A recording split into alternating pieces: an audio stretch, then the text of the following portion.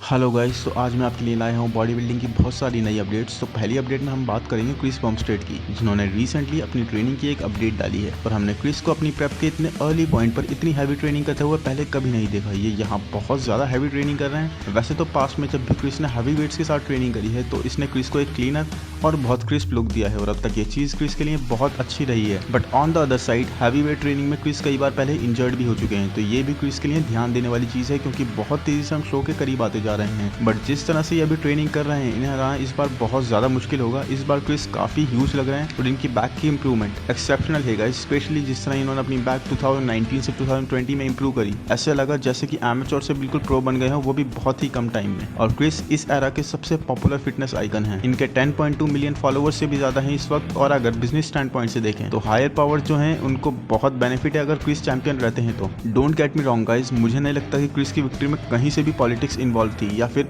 होनी चाहिए किसी भी बॉडी बिल्डिंग शो में। बट यस, पॉलिटिक्स हर जगह होती है, लेकिन क्रिस की फर्स्ट विक्ट्री जो उन्होंने 2019 में फर्स्ट टाइटल जीता था, वो बहुत ही क्लोज कॉम्पिटिशन था। बट 2020 और 2021 की क्रिस की विन बहुत ज़्यादा डोमिनेटिंग थी और क्रिस के कोई आसपास भी नहीं था। चलिए गाइस, इसी के साथ चलते हैं हमारी नेक्स्ट अपडेट पर, जो है एरिन और जेरेमी के बारे में। तो गाइस, अभी रिसेंटली ही एक पॉडकास्ट हुआ था जहां पर एरिन बैंक्स ने बहुत ज़्यादा बदतमीजी से बिहेव करा था ब्रैंडन और जेरेमी के साथ। चलिए देखते हैं ये क्लिप ओलंपिया टीवी से, जहां ब्रैंडन, एरन और जेरेमी तीनों अवेलेबल थे। बेसिकली यहाँ एरन से पूछा गया था कि उन्हें क्या करना पड़ेगा ब्रैंडन हेंड्रिक्सन को हराने के लिए, और एरिन का जवाब था नथिंग, कुछ नहीं, मुझे सिर्फ वही फिजिक लानी है जो मैं बॉस्टन में लाया और टाइटल फिर मेरा ही है। तो ये बहुत ज़्यादा एरोगेंट साउंड कर रहे थे। और अगर हम एरन की जर्नी की बात करें तो बहुत ही कम टाइम में एरन एकदम टॉप के मेंस फिजिक एथलीट बन गए हैं। तो आप समझ जाएंगे वो इतना कॉन्फिडेंट क्यों है। एरन प्रो बने थे 2019 में और सिर्फ 1.5 साल भी लगा एरन को second best man physique body builder बनने में। और इस साल भी ओलंपिया में जाते हुए एरन एक बहुत ह्यूज मोमेंटम कैरी कर रहे हैं, क्योंकि एरन इस टाइम के रेनिंग आर्नोल्ड क्लासिक चैंपियन भी हैं। एरन काफी टॉल है और इनकी बैक मेंस फिजिक डिवीजन में सबसे बेस्ट है। और जो इनका वीकेस्ट मसल ग्रुप था यानी कि चेस्ट, उसमें भी ये क्लेम करते हैं कि इन्होंने काफी इंप्रूवमेंट कर ली है। बट एरन का एटीट्यूड लोगों को बिल्कुल पसंद नहीं आ रहा है। तो यहाँ जेरेमी इन्हें समझा रहे हैं कि कुछ भी हो सकता है और कोई भी अच्छी इंप्रूवमेंट करके शो अप कर सकता है। और ये उसी दिन की बात है कि कौन अच्छा एथलीट है। और एरन है कि बस ट्रैश टॉकिंग और बेसिकली बिल्कुल वैसे बातें कर रहे थे जैसे जेरेमी किसी टाइम पर करा करते जब वो लगातार जीतते जा रहे थे। Nobody outworks me. Nobody. Nobody.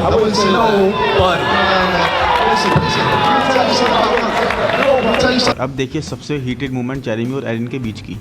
You got a lot of things to accomplish before you talk the way you're talking, and that's why I don't follow you. I can't handle listening to it. You're irrelevant. I unfollowed you. I'm not irrelevant. You're You said I was irrelevant. You're 6 months irrelevant. ago, dude. I'm You're sitting right here irrelevant, right now. bro. I'm not At the irrelevant. end of the day, I'm you're sitting right now, irrelevant. and you know it. You're irrelevant. And that's your own Why you doing insecurities. this Because यहाँ Jeremy ने एरन को remind कराया कि Arnold classic Olympia नहीं है और Olympia का जो लेवल है वो अलग ही है, और तुम्हें बहुत सारी चीजें अकॉम्प्लिश करनी पड़ेंगी इससे पहले कि तुम ऐसी बातें करो जैसी तुम कर रहे हो, और इसीलिए मैंने तुम्हें अनफॉलो करा। और इसी के साथ गाइज ये आर्ग्यूमेंट काफी लंबा चला, जिसमें एरन बहुत बदतमीजी कर रहे थे और जेरेमी और ब्रैंडन दोनों बहुत डिसेंसी से उन्हें हैंडल करने की कोशिश कर रहे थे। और ये आर्ग्यूमेंट हमें एक चीज और दिखाता है कि जेरेमी पिछले कुछ सालों में मेंटली कितना चेंज हुए हैं, क्योंकि हम सब जानते हैं एरन की स्ट्रैश टॉक पर पुराने जेरेमी किस तरह रिएक्ट करते हैं, पर यहाँ जेरेमी ने अपना कूल रखा। इवन ब्रैंडन पिस ऑफ हो गए थे एरन के एटीट्यूड पर। तो आपको क्या लगता है गाइज, क्या ब्रैंडन इस साल अपना 4th टाइटल जीत पाएंगे या फिर हमें कोई नया चैंपियन क्राउन होता हुआ दिखेगा? कमेंट्स में जरूर बताएं। ऑलराइट, नेक्स्ट हम बात करेंगे उस कालेसिंस्की की, जिन्होंने रिसेंटली एक गेस्ट पोजिंग करी है और हम क्लियरली देख सकते हैं कि इस पॉइंट ऑफ टाइम पर इनकी फिजिक कैसी लग रही है। और जैसे कि सबको पता है, अगर कोई बॉडी पार्ट उसको सबसे ज्यादा इंप्रूव करने की जरूरत थी तो वो थे उनके आर्म्स, क्योंकि दूसरे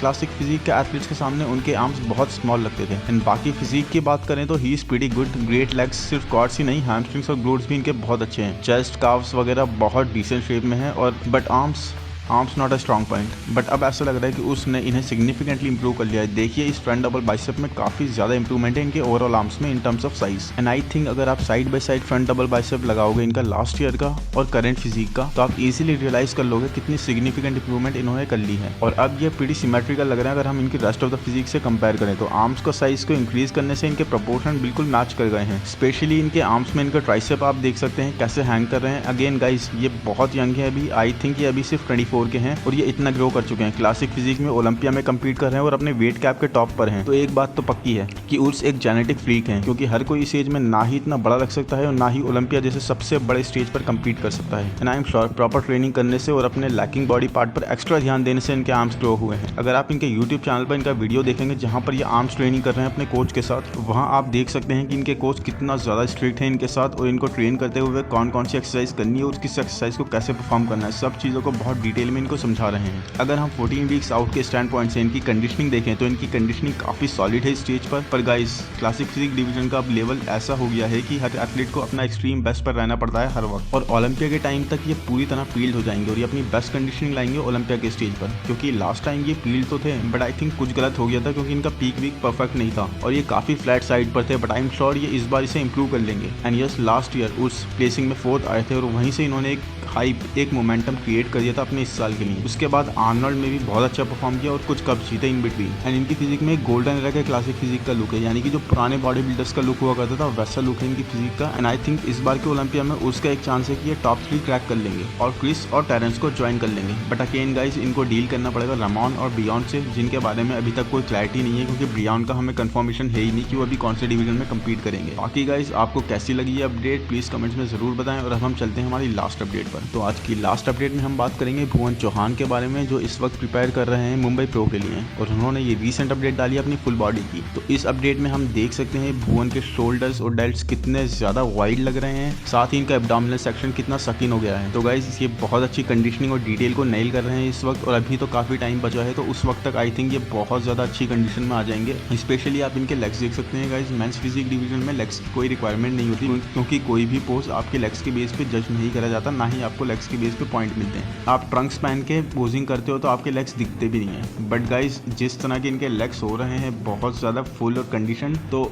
ये बहुत ही अमेजिंग बात है। आई थिंक ये क्लासिक फिजिक डिवीजन में भी कम्पीट कर सकते हैं and that is going to be really good for him. तो गाइस आपको ये अपडेट कैसी लगी कमेंट्स में ज़रूर बताएं। इसी के साथ वीडियो खत्म होता है। अगर वीडियो अच्छा लगा हो तो प्लीज़ लाइक कर देना, चैनल को सब्सक्राइब कर देना। ऐसे ही नए नए अपडेट्स में लाता रहूँगा। Thank you, bye bye.